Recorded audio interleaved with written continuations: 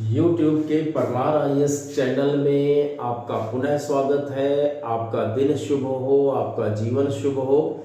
जैसा कि यह चैनल पूर्णतया सिविल सर्विसेज परीक्षाओं के लिए समर्पित चैनल है और इसी क्रम में आज हम विश्व के भूगोल के अंतर्गत मॉड्यूल 1 सामान्य भूगोल के अंतर्गत खंड 2 ब्रह्मांड के अंतर्गत चैप्टर 1 ब्रह्मांड सृजन और इस चैप्टर 1 के अंतर्गत सेक्शन 5 ब्रह्मांड से संबंधित महत्वपूर्ण बिंदु पर चर्चा करने वाले हैं। यह लेक्चर नंबर 17 है। इस लेक्चर में पहला बिंदु लेते हैं ब्रह्मांड का स्वरूप, फॉर्म ऑफ यूनिवर्स। ब्रह्मांड का स्वरूप कैसा है, यानी आकार कैसा है। इस मार्कर का आकार ऐसा है, डस्टर का आकार ऐसा है। आखिरकार ये ब्रह्मांड का आकार कैसा है, किस रूप का है, और ब्रह्मांड में ये सारी चीजें एक दूसरे से जुड़ी हुई हैं व्यवस्थित क्रम में और संगठित है, कैसे है, यह सब कुछ जानकारी हम ब्रह्मांड के स्वरूप के अंतर्गत लेंगे। प्रारंभिक परीक्षा में इस पर प्रश्न बनते हैं और साथ ही साथ ये कि मुख्य परीक्षा और साक्षात्कार इनके लिए भी आपको इसके बारे में ज्ञान होना चाहिए। तो ब्रह्मांड के स्वरूप में अब हम देखते हैं कि ब्रह्मांड की समस्त चीजों के पारस्परिक गठन से, चूंकि हमने पिछली क्लासेस में जान लिया है कि ब्रह्मांड में आकाश गंगाएं हैं, ब्रह्मांड में तारे हैं, ग्रह हैं, उपग्रह है, क्षुद्र ग्रह है, धूमकेतु है, धूलकण है, विभिन्न प्रकार की गैसेस, यह सब कुछ है और इन सब से मिलकर के ब्रह्मांड बना हुआ है।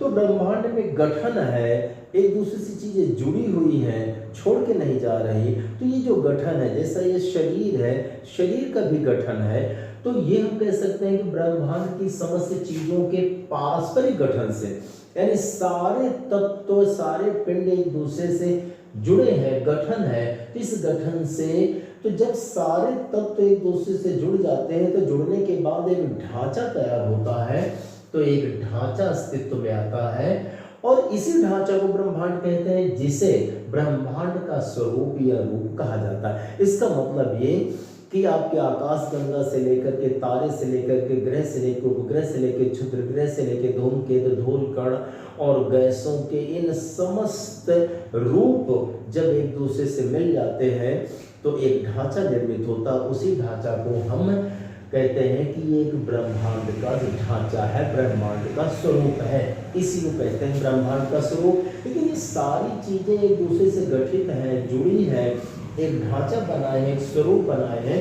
तो ये बनाने में कौन योगदान करता है, तो इसे बनाने में विभिन्न प्रकार के फोर्सेस, विभिन्न प्रकार के बल काम करते हैं और प्रमुख रूप से 4 बल हैं जो सारी चीजों को एक साथ जोड़े हुए हैं। अब 4 बल कौन से हैं, तो देखिए यहाँ इस स्वरूप को बनाए रखने में 4 बल काम करते हैं। कौन कौन से हैं? नंबर 1 आ गया गुरुत्वाकर्षण बल आया, पहले नंबर में आया गुरुत्वाकर्षण बल आया, ग्रेविटेशनल फोर्स आ गया।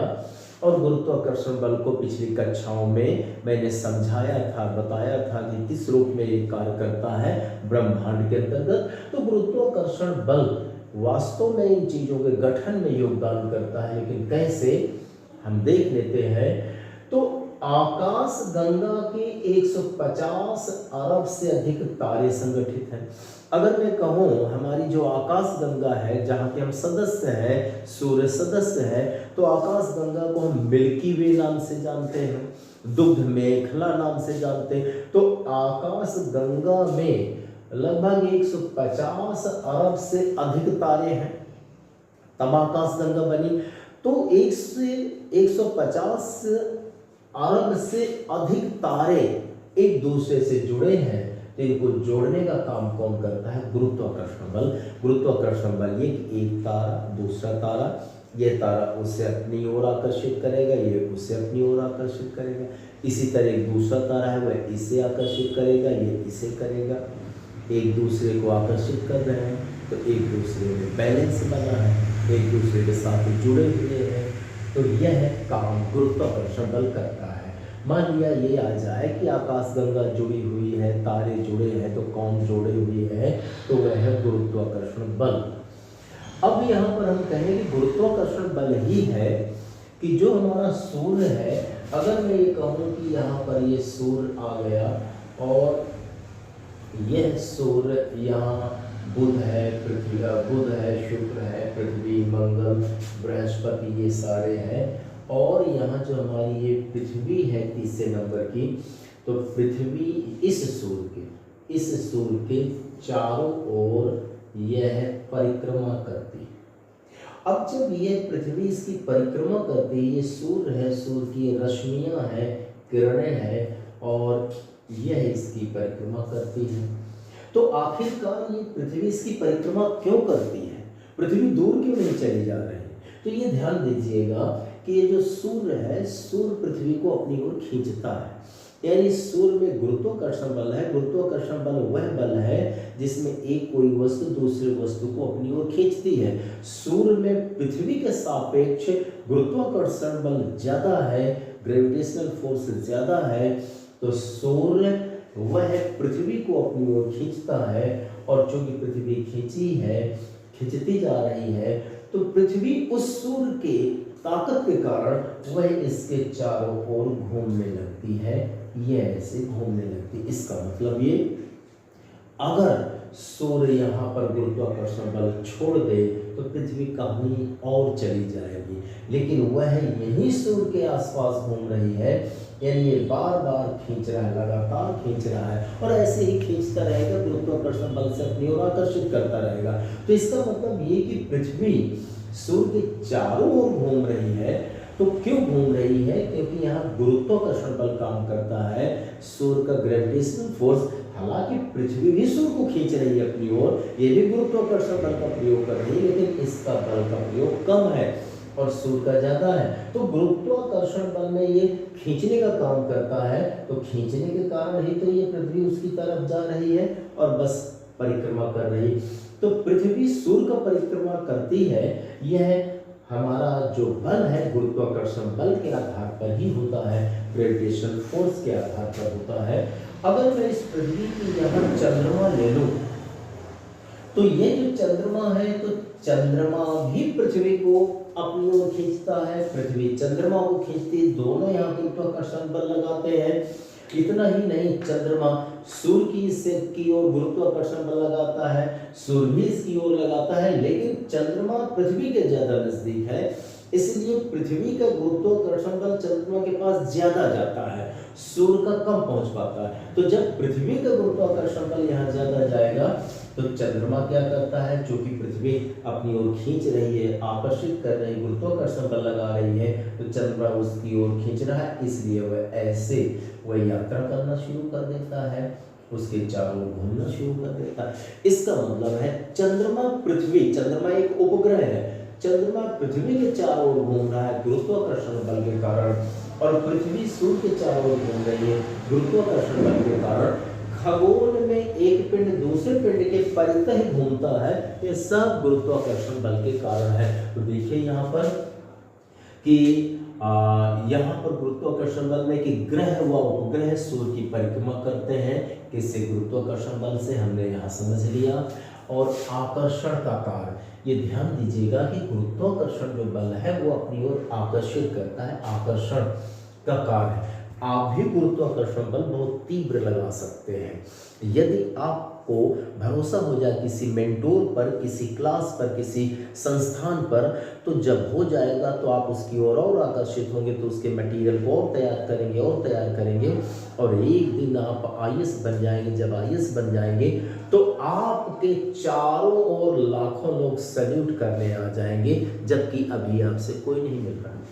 इसका मतलब ये कि आप यूपीएससी टॉप कर गए हैं, आप आईएएस बन चुके हैं। जब आईएएस बन गए तो आपके पास एक शक्ति आ गई, जिसे हम गुरुत्वाकर्षण कह सकते थे। जो शक्ति आ गई, तो शक्ति के कारण आपके मोहल्ले से रिश्तेदार सभी हजारों लोग आपकी ओर खींचे जा रहे हैं और आपसे मिलना चाह रहे हैं।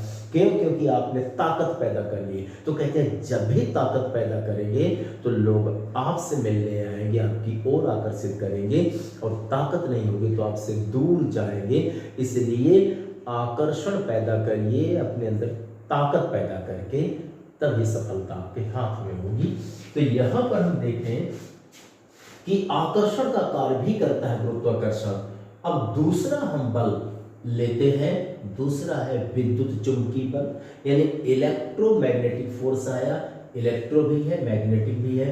तो जो विद्युत चुंबकीय बल है यह भी वहां पर लगता है, यह भी खगोलिकी में काम आता है, यह भी ब्रह्मांड में काम आता है। तो विद्युत धारा प्रवाह से वस्तुओं में चुंबक शक्ति उत्पन्न होती है। अगर हम विद्युत धारा यानी करंट हम पैदा कर दें, इलेक्ट्रिक करंट पैदा कर दें किसी भी वस्तु में, तो वहां पर विद्युत पैदा होने लगती है। मान लिया कि हम यहाँ पर इलेक्ट्रिक उत्पन्न करते हैं, यहाँ इलेक्ट्रिक पैदा करते हैं, तो वहां पर मैग्नेट उत्पन्न होने लगता है।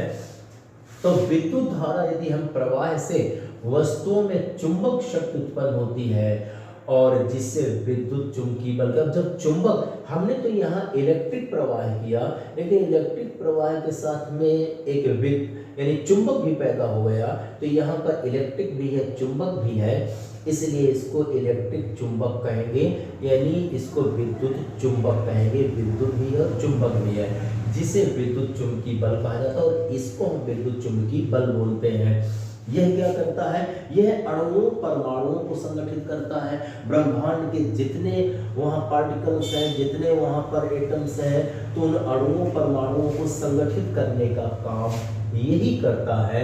यह ब्रह्मांड को संगठित करता है, ब्रह्मांड के तत्वों को जोड़ने का काम करता है। ये ऐसा विद्युत चुंबकीय बल है। तो दो बलों को हमने समझा। तीसरा बल, तीसरा फोर्स है, उसे कहते हैं कमजोर बल या छेड़ बल, वीक फोर्स आया। अब ये कमजोर बल है तो निश्चित बात है कि ये लोगों को जोड़ कम पाएगा। ये अगर इतना कमजोर है, मान लिया 5 लोग हैं, एक दूसरे को पकड़े हैं, एक कमजोर है तो वह फिर अलग हो जाएगा, छूट जाएगा। आप अगर कमजोर हो गए तो आप इस दुनिया में महत्व वाला बनने से छूट जाएंगे, और अगर आप मजबूत हो गए तो इस दुनिया में आप ही रहेंगे। और मजबूती कहाँ से आती है? ज्ञान अर्जन से। मजबूती कहाँ से आती है? ताकत अर्जन से। मजबूती कहाँ से आती है? कि जब आप खूब मेहनत करके सफलता ले लें, वहीं पर आपके पास मजबूती आती है। तो कमजोर बल यानी वीक फोर्स है, तो यह विद्युत चुंबकीय बल से करीब 10 के घाते 10 गुना कमजोर होता है। 10 के पावर 10 टाइम्स वीक है। तो यह जो आया कमजोर बल, यह विद्युत चुंबकीय बल से करीब 10 के पावर 10 गुना कमजोर होता है, और मूलभूत कणों को दूसरे रूप में बदलता है। क्योंकि एक कमजोर है तो एक कण को दूसरे में बदल देगा, क्योंकि वो एक कण दूसरे से ज्यादा समय तक नहीं लगा रहेगा, वो अलग होगा तो दूसरे फॉर्म में बदलता है। तो मूलभूत कणों को दूसरे रूप में बदलता है। यह क्षय करने व बदलने का कार्य करता है, और यह चीजों को, चूंकि चीजों को बांधे नहीं रखता है, कमजोर है। मान एक ही चीज है, उसमें से सारी चीजें एक दूसरे से बंधी, लेकिन कमजोर है तो कुछ चीजें फिर हटना शुरू हो जाएगी, अर्थात टूटना शुरू हो जाएगी। तो यह क्षय करने व बदलने का कार्य भी करता है, और सूर्य में ऊर्जा उत्पन्न करने में भी यह सहयोग करता है। और कार्बन 14 यानी कार्बन 14 के क्षय में भी योगदान करता है, यानी कार्बन जो 14 तत्व होता है उसमें भी क्षय यानी कमजोर करने का, उसे खत्म करने में भी योगदान करता है। अब हम लेते हैं चौथा बल, जिसे प्रबल बल या दृढ़ बल, स्ट्रॉन्ग फोर्स के रूप में जानते हैं। यह स्ट्रॉन्ग फोर्स क्या करने वाला है? तो देखें, गुरुत्वाकर्षण एवं विद्युत चुंबकीय बल से अधिक शक्तिशाली। जो ये चौथा बल है, ये गुरुत्वाकर्षण बल और विद्युत चुंबकीय बल से अधिक शक्तिशाली है। दूसरा बिंदु लें, विद्युत चुंबकीय बल से 10 के पावर 2 यानी 10 के घाते 2 10 के पावर 2 गुना ज्यादा शक्तिशाली। विद्युत चुंबकीय बल से 10 के पावर 2 गुना ज्यादा शक्तिशाली है।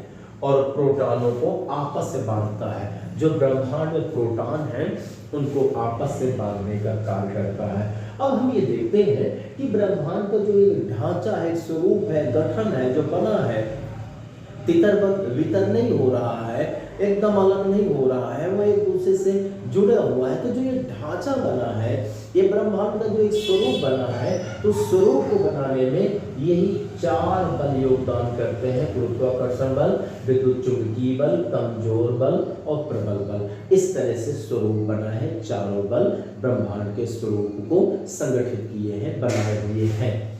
अब हम ब्रह्मांड के स्वरूप को समझने के बाद दूसरे बिंदु को समझते हैं। दूसरा बिंदु आया खगोलिकी, जिसे हम एस्ट्रोनॉमी कहते हैं। देखिए, डायरेक्ट क्वेश्चन पूछा जाता है, एस्ट्रोनॉमी में किस चीज का अध्ययन होता है, किस क्षेत्र का अध्ययन होता है, यानी which is studied by the astronomy. तो खगोलिकी की इंग्लिश है एस्ट्रोनॉमी। कहीं कहीं डायरेक्ट देवनागरी में एस्ट्रोनॉमी भी लिख देता है। तो खगोलिकी या एस्ट्रोनॉमी में किन चीज का अध्ययन होता है? अंतरिक्ष पिंडों का वैज्ञानिक अध्ययन होता है। तो अंतरिक्ष के यानी आकाश के जो पिंड है, खगोलीय पिंड है, उनका वैज्ञानिक ढंग से सिस्टम से अध्ययन करने का काम खगोलिकी में होता है। तो इसका मतलब है खगोलिकी ना पानी का अध्ययन करने वाला है, ना ही दिमाग का अध्ययन करने वाला है। खगोलिकी ना ही शारीरिक क्रियाओं का अध्ययन करना है। तो खगोलिकी किसका अध्ययन करता है? खगोलिकी अंतरिक्ष के पिंडों का वैज्ञानिक अध्ययन करता है। ये हमें तैयार कर लेना है। अंतरिक्ष से जुड़ा हुआ ये विषय है और ये साइंस है और ये वहां अध्ययन करता है। रही बात अब इससे समाप्त करके अगला बिंदु आया खगोल भौतिकी। अब अगले में भी प्रश्न बनते हैं, खगोल भौतिकी किन चीजों का अध्ययन करता है? तो खगोल भौतिकी भी एक सब्जेक्ट है, विषय है, जो खगोल और भौतिकी दोनों से मिलकर बना है और दोनों के तत्व पाए जाते हैं और दोनों को मिलाकर एक विषय बन गया है। और इसको हम कह देते हैं एस्ट्रोफिजिक्स। तो एस्ट्रोफिजिक्स में किस चीज का अध्ययन करते हैं? तो फिजिक्स का मतलब है भौतिक चीजों का वैज्ञानिक ढंग से अध्ययन करना। और जब हम भौतिक चीजों का वैज्ञानिक ढंग से अध्ययन करें, लेकिन जाके आसमान में करें, अंतरिक्ष में करें, यानी खगोल में पहुंचकर करें, तो उसे हम कह देंगे ऐसी भौतिकी जो खगोल का अध्ययन करे, अर्थात खगोल भौतिकी। तो देखिए, खगोल भौतिकी में हम किस चीज का अध्ययन करते हैं? तो आकाश में ही अध्ययन करेंगे, वैज्ञानिक ढंग से करेंगे। तो आकाशीय पिंडों का भौतिकीय और गति अध्ययन करना है, यानी आकाश के पिंड का भौतिक रूप कैसा है, स्वरूप कैसा है, और गति कैसे कर रहे हैं, क्यों कर रहे हैं, क्या कारण है। तो आकाशीय पिंडों का भौतिकीय और गतीय अध्ययन इसमें से किया जाता है। अब आया अगला पॉइंट आता है। अगले पॉइंट हम लेते हैं एस्ट्रोनॉमिकल यूनिट।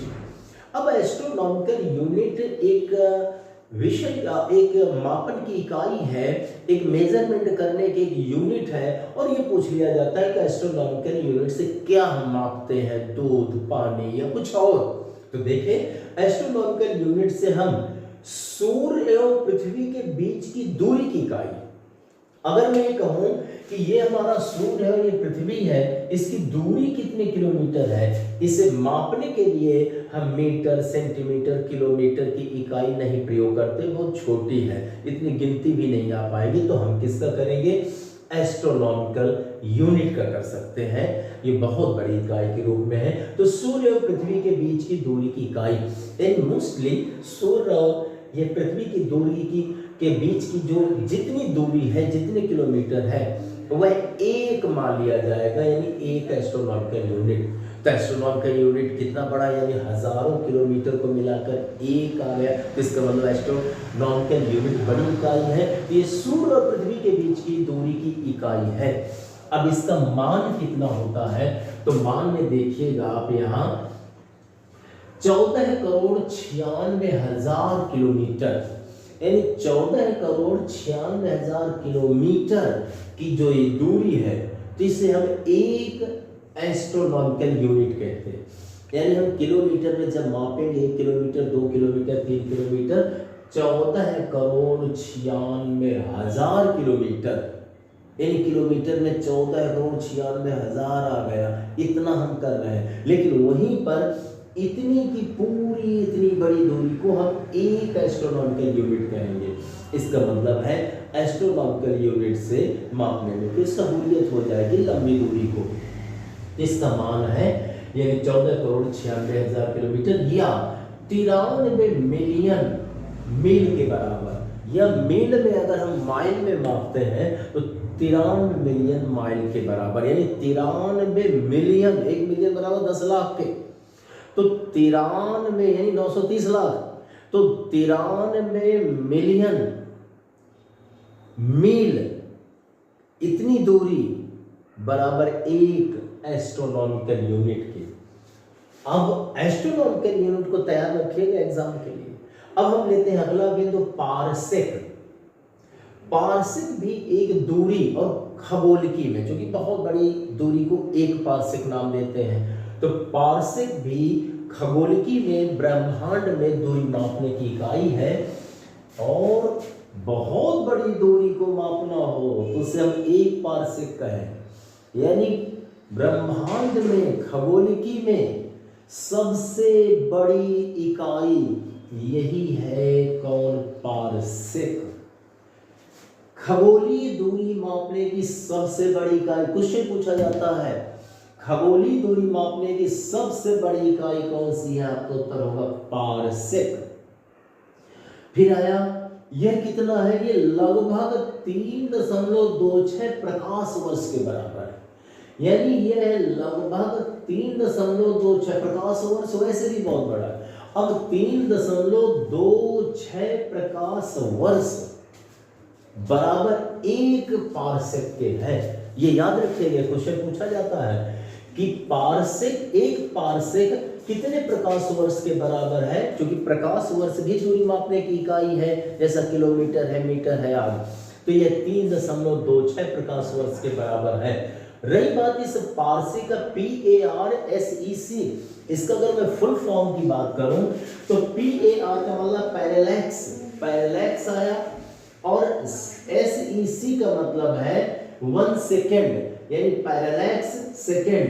तो पैरेलैक्स ऑफ 1 सेकेंड, 1 सेकेंड में पैरेलैक्स आया, इसका अवलंबन की बात आ गई, तो ये इसका फुल फॉर्म है।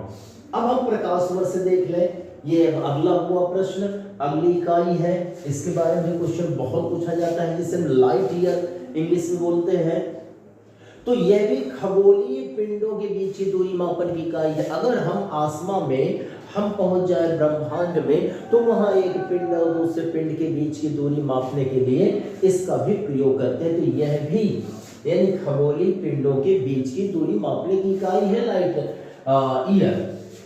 फिर यह वह दूरी है, प्रकाश वर्ष वह दूरी है जो प्रकाश निर्वात में एक वर्ष में तय करता है। मान लिया सूर्य का प्रकाश है और वह निर्वात में, क्योंकि अगर निर्वात नहीं है तो उसे कोई रोक भी सकता है। तो मान लिया प्रकाश है और प्रकाश सूर्य का प्रकाश है और वह प्रकाश निर्वात में चलता जाए, 1 मिनट 2 मिनट, 1 दिन 2 दिन, 1 महीना 2 महीना, साल भर चलता जाए, यानी प्रकाश निर्वात में साल भर चलता जाए, फिर जितना दूर जा चुका होगा वह एक प्रकाश वर्ष कहा जाएगा।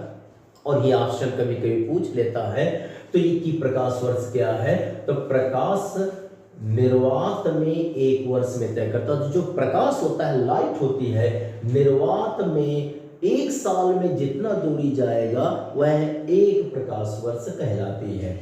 और इसका मान लगभग 9.46 ट्रिलियन किलोमीटर है। अगर प्रकाश वर्ष की दूरी देखें तो इसका मान है 9.46 ट्रिलियन किलोमीटर। इतनी दूरी ले ले तो एक प्रकाश वर्ष होगा। और इसका फार्मूला है 9.46 × 10⁻12 किलोमीटर, यानी 9.46 × 10⁻12 किलोमीटर। इतनी दूरी बराबर है equal to the light year, प्रकाश वर्ष के बराबर है। आज की क्लास में हमने महत्वपूर्ण बिंदुओं में इन बिंदुओं की चर्चा की, और इतने महत्वपूर्ण बिंदु हैं कि आप जब इनको अभ्यास करके बार बार सुन करके बार बार तैयार करके जब जाएंगे तो आपको अगर 25 सेकेंड में क्वेश्चन सॉल्व करना चाहिए तो 15 में आप करेंगे, क्योंकि अभ्यास हो चुका होगा। और कहते हैं कि जो प्रतियोगी बार बार अभ्यास करके जाता है तो पेपर सरल हो जाता है और साथ ही साथ किस्मत उसके साथ आ जाती है और ईश्वर उसे सफलता ज़रूर देता है।